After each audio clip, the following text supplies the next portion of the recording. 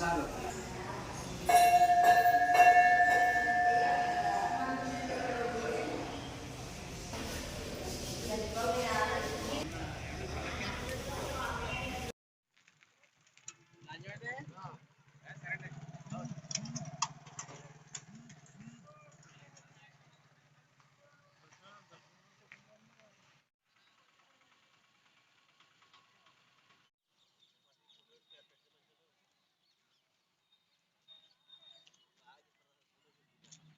రాహుల్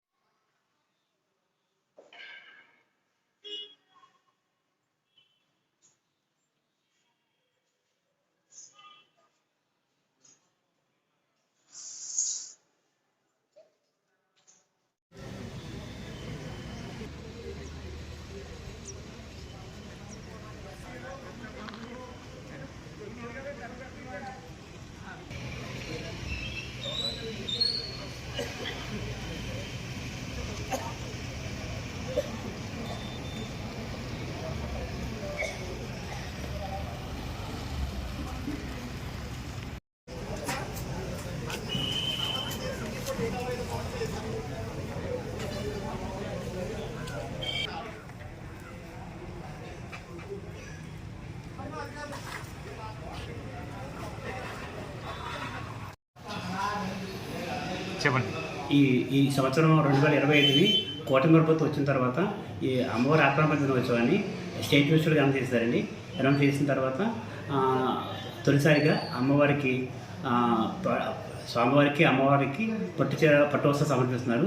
సమర్పించిన నిమిత్తం ముఖ్యమంత్రి గౌరవనీయులు నారా చంద్రబాబు నాయుడు గారు వచ్చేస్తున్నారండి. అక్కడ దేవాదాయ శాఖ మంత్రి గారు వస్తున్నారు. ఇంకా ప్రిన్సిపల్ సెక్రటరీ గారు మా కమిషన్ అందరూ వస్తున్నారండి. ఈ భక్తులకి ఏ అసౌకర్యం లేకుండా అన్ని ఏర్పాట్లు చేస్తున్నారండి. చదువు పందిళ్ళు, వాటర్ ఫెసిలిటీ, ప్రసాదము మరియు అన్నప్రసాదం కూడా సుమారు 4,000 మందికి ఏర్పాటు చేస్తామండి. Start sir. ఓం నమ శివాయ. జై వాసవి, జై జై వాసవి. పశ్చిమ గోదావరి జిల్లా పెనుగొండ మండలం పెనుగొండ గ్రామంలో విధించిన శ్రీ నగరేశ్వర మహేశ్వర మర్దని వాసవి కన్యకాపురం దేవస్థానం కార్యవర్గంగా పనిచేస్తున్నాను. నేను ఈరోజు సంవత్సరం 2025లో ఆగస్టు 9 ఆ రోజున వాసవి కన్యకాపురం అమ్మవారి ఆక్రమణ జరుగుతుందండి.